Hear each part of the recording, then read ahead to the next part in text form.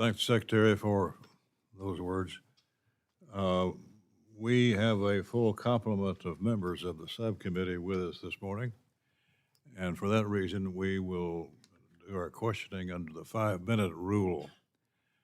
So, Mr. Secretary, thank you for being here. I yield myself 5 minutes. You touched on this somewhat already, but I wanted to ask you about the Chinese Communist Party and their effect in this country and our bipartisan concern.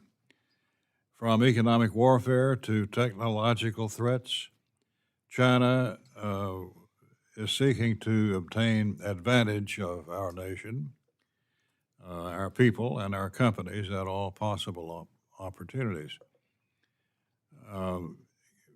Again, summarize what we're doing to strengthen our ability to counter China's unfair trade practices, protect American intellectual property, and secure critical supply chains and emerging technologies.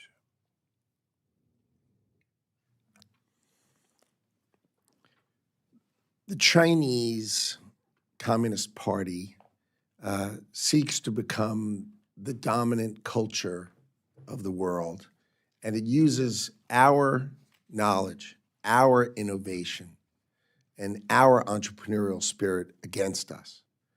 It sends hundreds of thousands of students to train and learn here in order to build up their capacity to grow.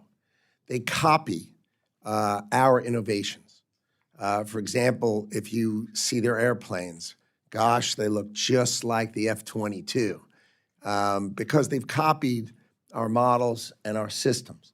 They are trying to copy our technology, and in the race for AI supremacy, they are behind us, but they are working with the central government out to get us, right? To beat us so that they will have intellectual superiority over us. There is an AI race, and BIS, our bureau, is at the heart of protecting America, and that's why we've sought an increase in the budget, even though we're decreasing our overall budget. We need to arm the Bureau of Industry and Security to protect us and to help us keep key industries away from the Chinese so that they can't just copy us all the time. The budget request for BIS does not specify any specific initiatives related to increasing oversight of entities posing a threat to U.S. national security. Why is that so?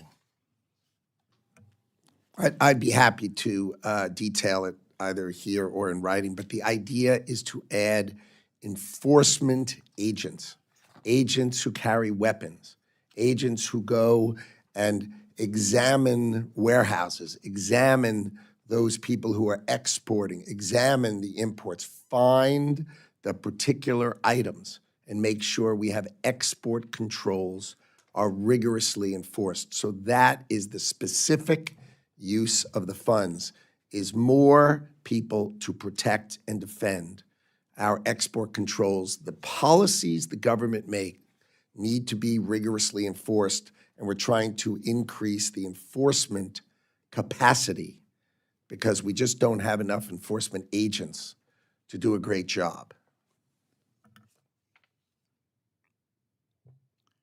Let me switch gears and ask you about the National Weather Service. Kentucky has been the target of floods and hurricane, tornadoes, and everything else. In fact, we lost 20 people 2 weeks ago in my hometown and adjoining area. I'm concerned about the implications of local weather forecast offices operating at reduced staffing levels. Take, for example, the Jackson, Kentucky office, which is currently operating with multiple vacancies and no permanent meteorologist. What can we do about that? What steps are being taken to ensure NOAA's local weather forecast offices have the resources, the technology, and staffing to issue timely, accurate warnings and protect lives in high-risk communities? All weather collection technology is in full force and effect. Our satellites, our balloons, all sources are in full force and effect. The National Weather Service employs 2,100 meteorologists. Less than 130 took early retirement.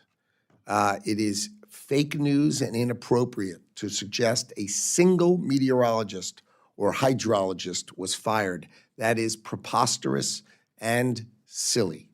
Less than 5% chose to retire, and we, using these responsible Commerce Department, sought and were granted the ability to hire those people, the same number. So we will have no reduction in force. Our National Hurricane Center has full staff. And I want you to understand just the last portion, what you said.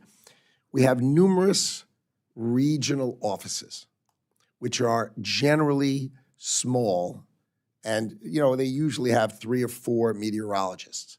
And these exist because the data is locally hardwired into old computers with hard drives and green screens. If I showed it to you, you would be embarrassed. The idea is to automate that, to put it on the cloud, so that the 2,100 meteorologists we have and the hundreds of hydrologists that we have can forecast the weather from central locations and back up each other and be more appropriate. So I think the technological advancements we will make over the next year or 2 years will totally change these things. But I want to be crystal clear. Every single person, the National Weather Service, we are at full staff, we have full capacity, and we will have the best forecasting capacity that we possibly can to protect Americans. And I will not sleep if that were not true. That is required of you, of me, and of America, that we deliver that for American people. And I promise you, we are. Ms. Bing?